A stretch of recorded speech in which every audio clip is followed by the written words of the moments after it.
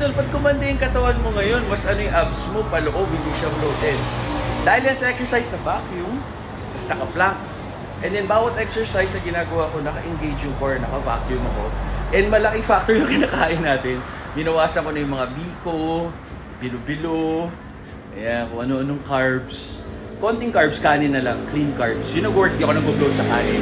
Pag mga pandesal, kung ano-ano, tsaka fruits na fibers. Ako to, hindi kayo nag-bloat yung chan ko. Pero kung more of protein lang and fats, palo. Pero para mag-lose na fat, calorie deficit. Walang ano doon. May benefit lang talaga intermittent fasting na autophagy. Ano yung autophagy? Yung dead cells, nire-recycle ng katawan natin para makaiwas sa mga sakit in the future like cancer.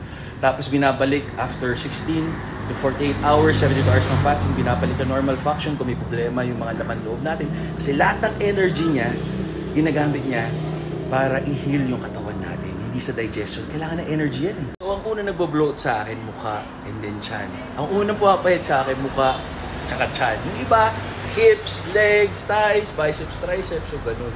Yun lang yun. Ako yung chest ko, hindi talaga nawawala yan, tsaka abs. Dahil half Persian ako, Iranian, half Filipino, half Patangueño. And then, yun yung nag-work para sa akin. Try nyo. Mag-fasting kayo, iba itsura nyo. Pag kumain kayo, iba rin itsura nyo. Kasi yung electrolyte balance ng katawan natin. Pag nag-bloat kayo, either allergic reaction o sumobra kayo sa kinain.